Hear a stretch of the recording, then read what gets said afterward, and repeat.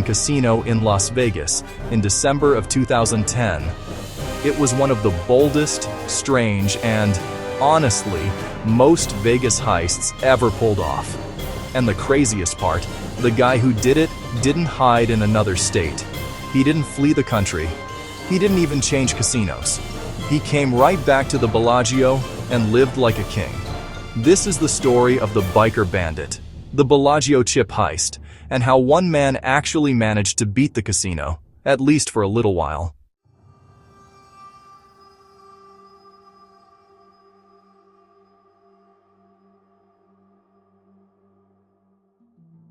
If you've ever been to Las Vegas, you know one thing immediately. Casinos expect people to do dumb things. They're built around it. People gamble away rent money, lose track of time, blow their savings because they're due for a win. But casinos are not prepared for someone walking in dressed like a futuristic biker, pulling out a gun and scooping up high-value chips off a craps table before anyone knows what's happening. Casinos protect money in vaults. They protect chips behind cashier windows. But the tables, those are meant for high rollers. And high rollers walk around with thousands, sometimes tens of thousands of dollars in chips at any time. So when a man walked into the Bellagio's North Valet entrance wearing a motorcycle helmet at 3:50 in the morning, nobody paid that much attention. It's Vegas. People wear stranger things at 3:50 p.m. But this wasn't a tourist. It wasn't a drunk college kid. It was 29-year-old Anthony Michael Carleo, a guy who was struggling with money, gambling, addiction, and the pressure of living under a famous last name. His father was a municipal judge. And on that morning, Anthony decided he was done waiting for luck. This time, he was going to take it.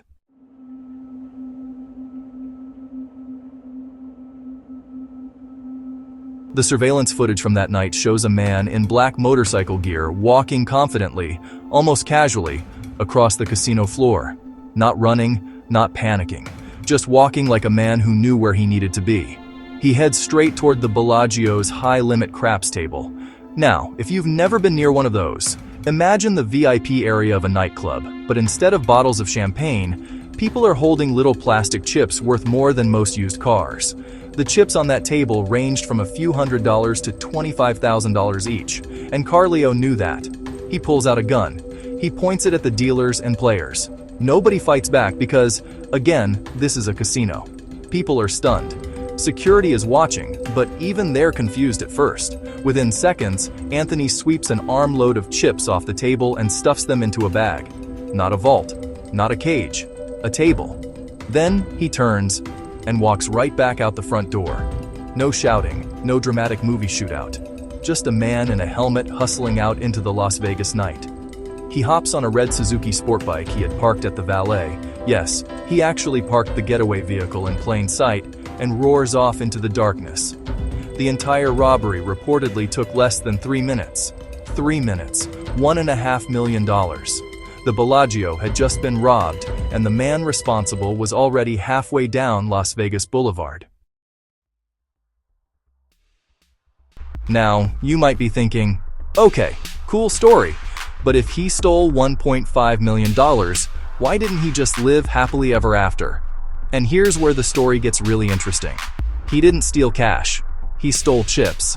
Casino chips are like casino money, but they're not the same thing. You can't buy a house with chips. You can't drop them at the gas station.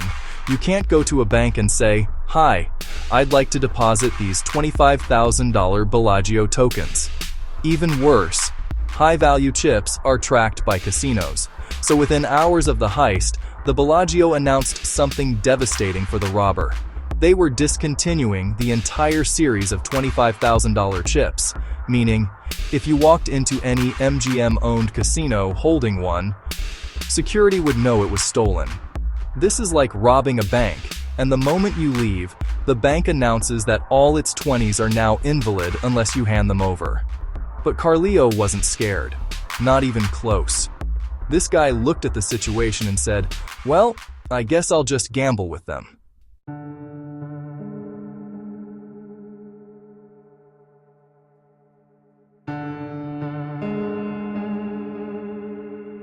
Most criminals steal money and run. Anthony Carleo stole chips and walked right back into the Bellagio the next week. He checked in under his own name. He booked high roller rooms. He ate at the fancy restaurants. He ordered expensive drinks and tipped like he owned the place. And you know what? The Bellagio treated him like royalty, because the fastest way to get comps in Vegas isn't to win big. It's to bet big. And Carleo was sitting on a pile of chips that made him look like a millionaire. He would sit down at the blackjack table with $5,000 chips he had stolen from the craps table and buy in like he was born with diamond cufflinks. He played confidently, because if he lost, well, they weren't his chips anyway. He tipped dealers. He flirted with cocktail servers. He joked with pit bosses. He even gambled at the same craps table he robbed. Imagine robbing a house and then moving into the guest bedroom. That's how absurdly bold this was. For a while, it actually looked like he might get away with it.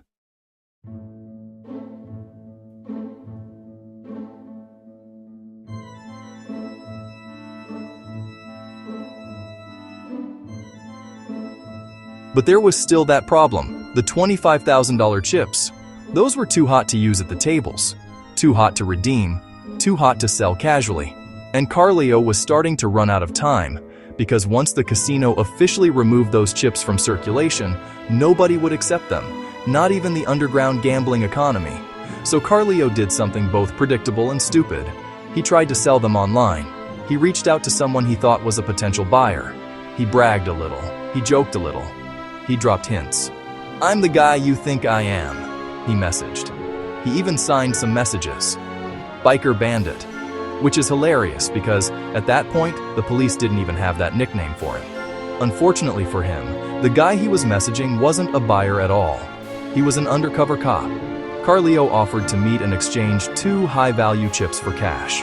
But when he walked into the meeting, dozens of officers were already there waiting for him. They searched him. They questioned him. They pushed. And finally, he cracked. The boldness that got him in the front door of the Bellagio wearing a motorcycle helmet, that same boldness walked him straight into a police sting operation.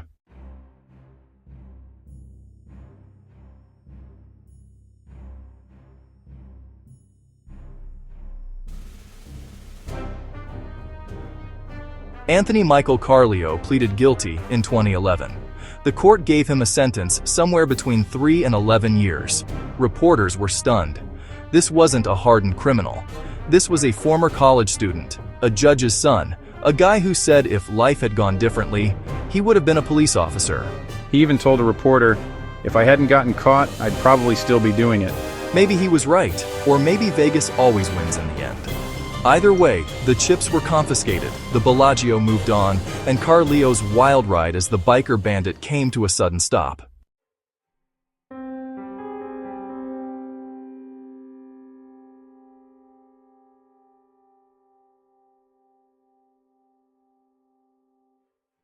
So why does this story still fascinate people more than a decade later? Because it's so many things at once. It's bold, it's reckless, it's strangely simple. No explosives, no hacking, no elaborate Ocean's 11 style blueprint.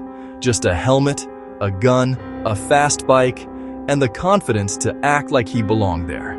It's also a psychological story. Carleo didn't plan to vanish with the money. He wanted the Vegas fantasy. He wanted to be a high roller. He wanted people to look at him and see someone who lived large. For a short time, he actually lived that dream. He gambled with stolen chips. He drank champagne on someone else's dime. He flirted with the idea that he had actually outsmarted one of the most secure casinos on earth. But the flaw in his plan wasn't security cameras. It wasn't the police. It wasn't the chips themselves. It was his ego. He wanted to spend the money where he stole it. He wanted to live the fantasy where he earned it. And he couldn't resist bragging about what he'd done. In the end, his arrogance did what security couldn't. It exposed him.